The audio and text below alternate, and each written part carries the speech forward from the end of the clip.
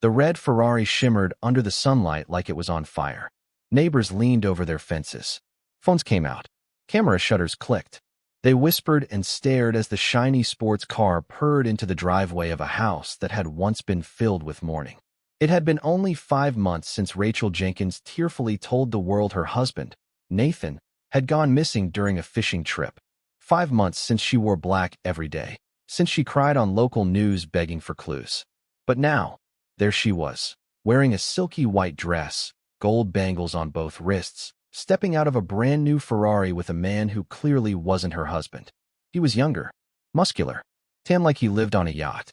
He stepped out of the passenger seat like he owned the world. Rachel laughed and kissed him on the cheek as they disappeared inside her house. Together, the Ferrari stayed parked out front like a glowing red secret. But what no one could understand, what still made people whisper days later, was where the money had come from, and who that man really was. And most of all, where was Nathan? It started months earlier, before any of this madness. Back when the Jenkins family looked like the picture of suburban success. Rachel was the stay-at-home wife with perfect hair and perfect nails. Nathan owned a construction company and was known for helping out neighbors for free. They had a teenage daughter, Lily, who was shy and quiet, always with her nose in a book. Everyone called them the sweet family on Willow Lane. But even sweet families can have secrets. And Rachel had one. A secret so dangerous, it was only a matter of time before it tore their whole world apart. Back then, no one knew about the arguments behind closed doors. About Rachel's late-night phone calls when she thought Nathan was asleep. About the credit card charges Nathan didn't recognize, dinners for two, hotel rooms in other cities. And no one knew about the man she kept meeting every second Thursday at that motel off Route 48. The man with the silver chain around his neck, the one who always called her baby girl. His name was Evan, and Rachel was obsessed with him. At first, it had started as a harmless affair. Something thrilling, something reckless. But Evan had plans that needed money. Lots of it. And Rachel was tired of sneaking around. She was tired of pretending. She wanted out of her marriage. But she didn't want a messy divorce. She didn't want to split anything. She wanted everything. And then one morning, Nathan disappeared. He told Rachel he was going out for a weekend fishing trip with his buddy Paul. That was the last time anyone saw him. The police found Nathan's boat drifting near Deepwater Bay, the engine still running. No sign of Paul. No sign of Nathan. Life jackets untouched. No blood. No struggle. Just silence. Rachel was heartbroken. On TV, she cried so hard she had to be held up by family members. She begged for answers. She held prayer vigils. Her face was on flyers, on news tickers. Bring Nathan home. Banners were tied to trees and fences across the town. For 3 months, Rachel played the grieving wife perfectly. And then she inherited everything. The house, the savings, the business, the life insurance, $2 million. She didn't tell anyone when she closed the business. Or that she was planning a new one, an online fashion boutique, funded by her dead husband's money. She didn't tell anyone when she started flying out to Miami for business. And she definitely didn't tell anyone that Evan had moved in with her. But the cracks began to show. It started small. A neighbor noticed Evan's shoes by the door when Rachel claimed to be home alone. Another spotted them holding hands at a gas station outside town. One day, Lily asked her mom why there were 2 toothbrushes in the bathroom now. Rachel brushed it all off. She smiled. She waved. She told people grief made people act differently, that she was trying to heal. But Evan was getting impatient. He didn't want to hide anymore. He wanted to drive fast cars, wear designer clothes, take pictures by infinity pools. He told Rachel he was tired of feeling like a secret.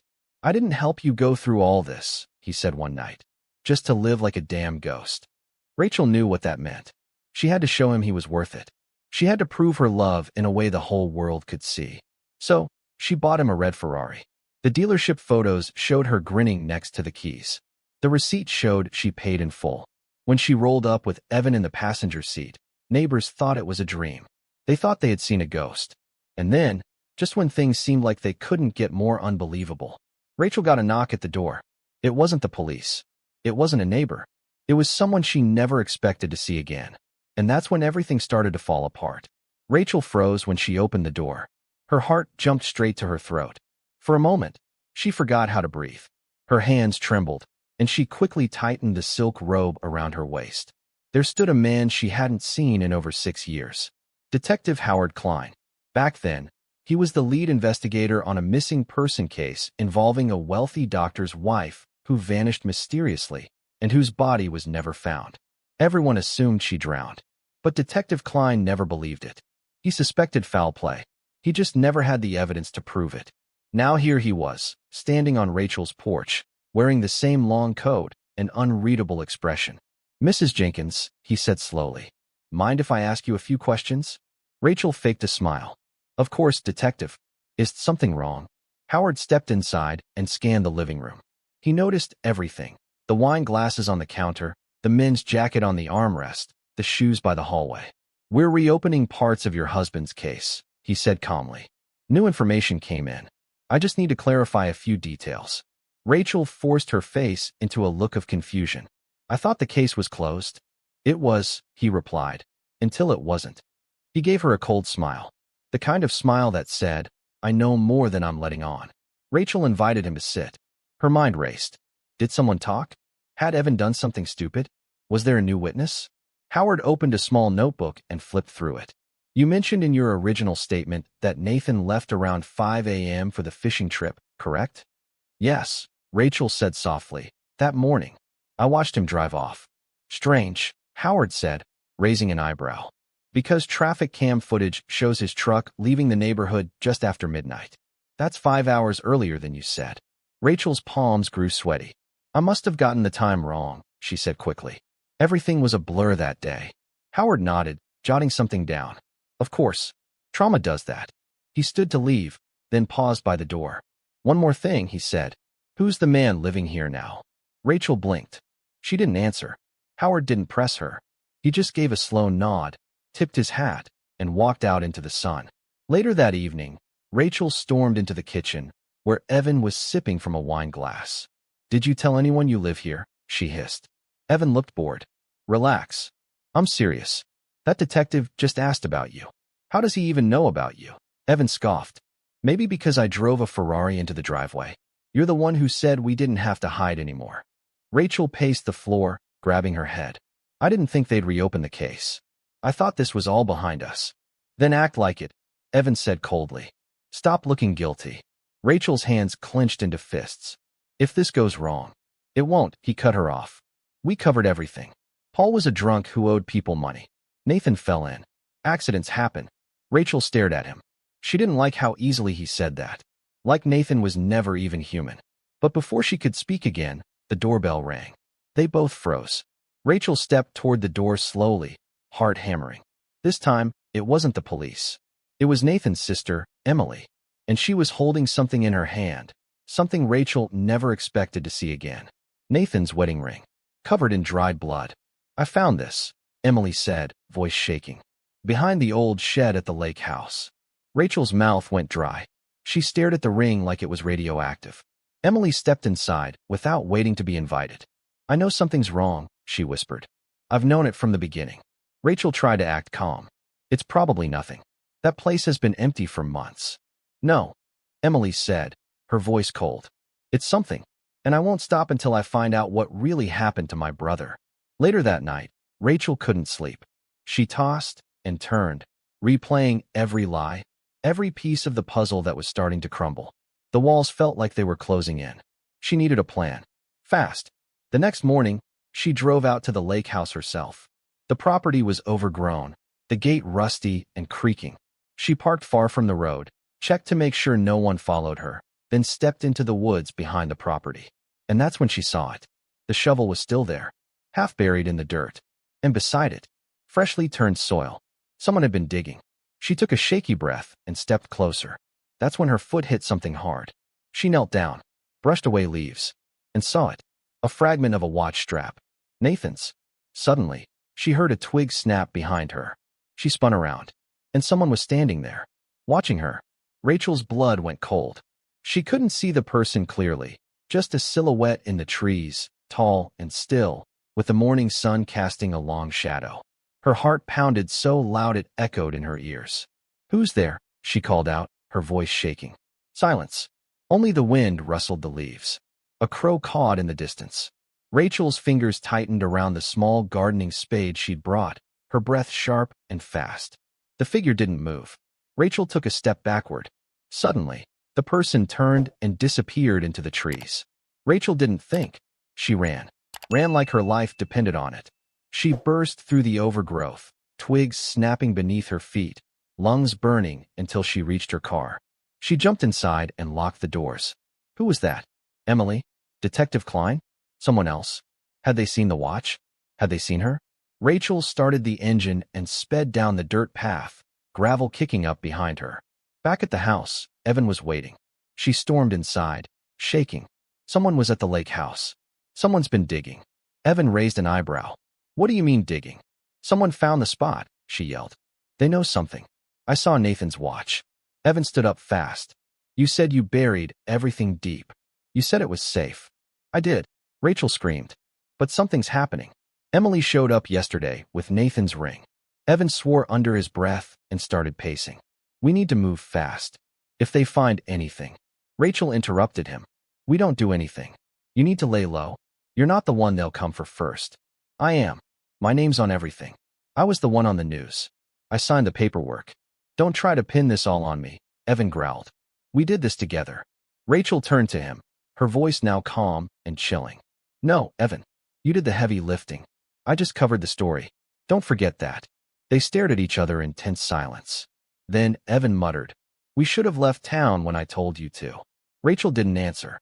That night, she couldn't stop thinking about the shadow in the trees. Every creak in the house made her flinch.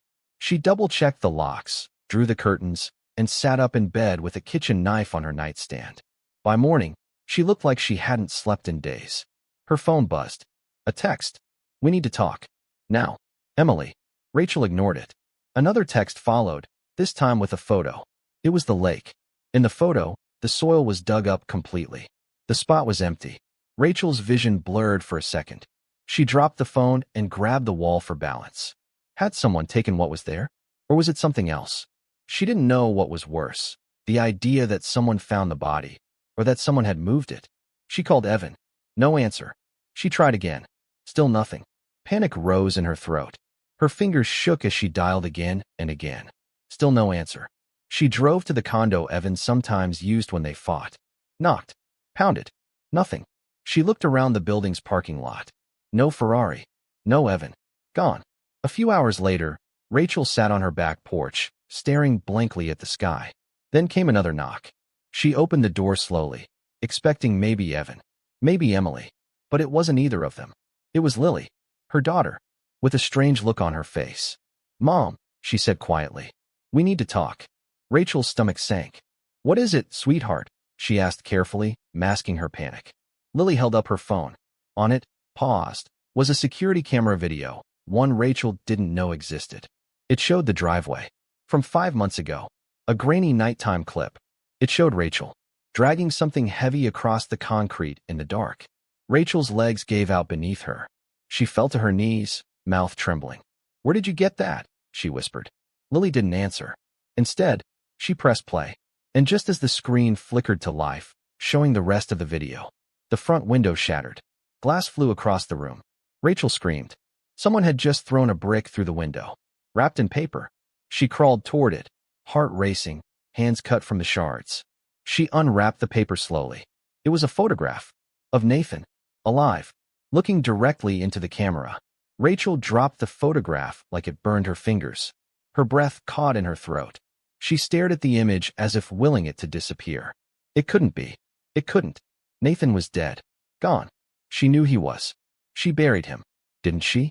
Lily stood frozen in the hallway, silent, confused, unsure whether to scream or run. Rachel didn't move. Her mind spun in 100 directions, none of them making sense. She picked the photo back up with trembling hands. There was no date on it. No location.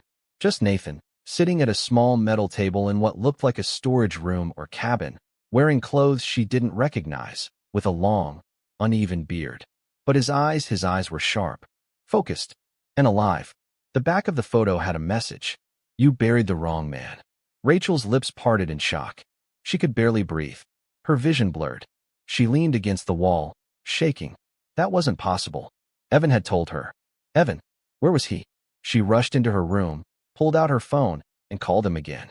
Voicemail. Again. Nothing. Again. Still nothing. She flung the phone across the room. It cracked against the wall and shattered. Lily stood at the door now, her voice barely a whisper. Mom, what's going on? Rachel looked at her daughter, eyes wide, voice shaking. Where did you get that video? I was looking for old photos of Dad, Lily said quietly.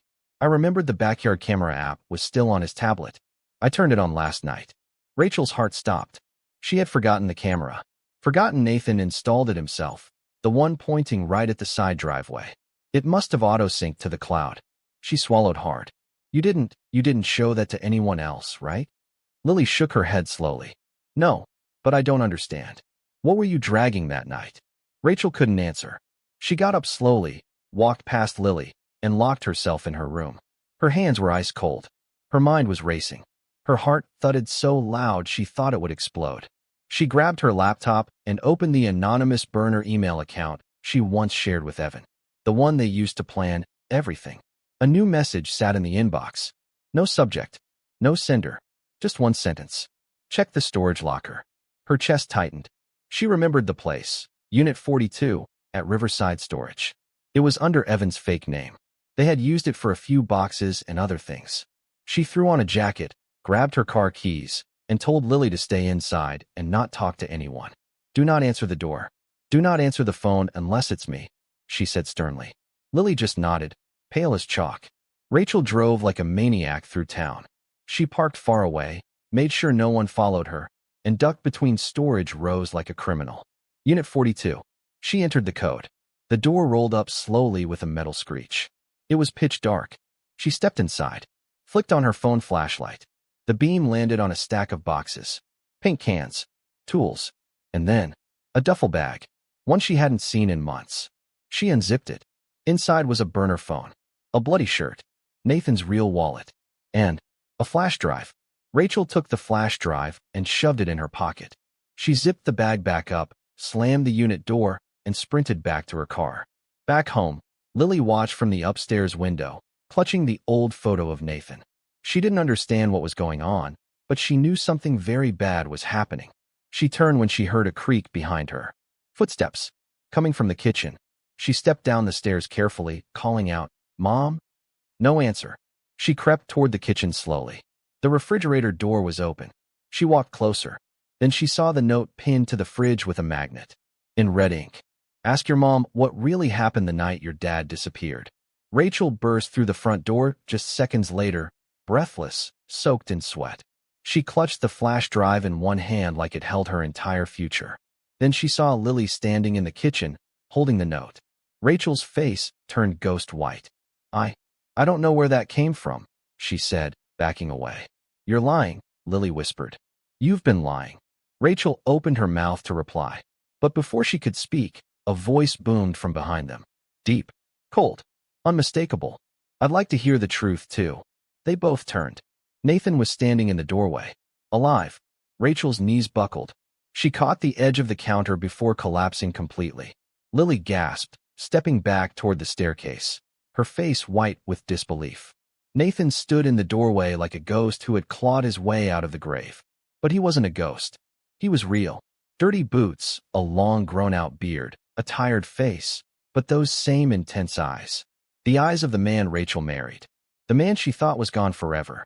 The man she helped disappear. And Nathan, Rachel stammered. He took a slow step forward, letting the door swing shut behind him. Didn't expect to see me, huh? Lily looked between them, her voice shaking. Dad? But we thought you were. Rachel cut in fast, desperate. Lily, go upstairs. Right now. But Nathan raised a hand. No. She stays. She deserves to hear this too. Rachel shook her head, lips trembling. How are you alive? We checked. Evan told me. He said you were dead. Nathan said coldly. Yeah, that was the plan, wasn't it? Rachel's eyes darted around the room, her mind scrambling for a way out. I was supposed to be on that boat with Paul, Nathan continued, his voice steady. But Paul never showed. I got a text from him, your phone, actually, saying to go ahead and set up. That he'd meet me there. Nathan reached into his pocket and pulled out a crumpled photo, the same one that had been thrown through the window. I never made it onto the boat. Someone hit me from behind. I woke up in a shed, tied up, bleeding. Rachel's face crumbled. I was alive, Rachel. But someone wanted me gone. Someone close. I didn't want to believe it. Not until I saw Evan sneaking into the shed one night to check if I was still breathing. Lily gasped. Wait, Evan. Nathan nodded. Your mother's boyfriend. Lily turned to Rachel, eyes filled with horror.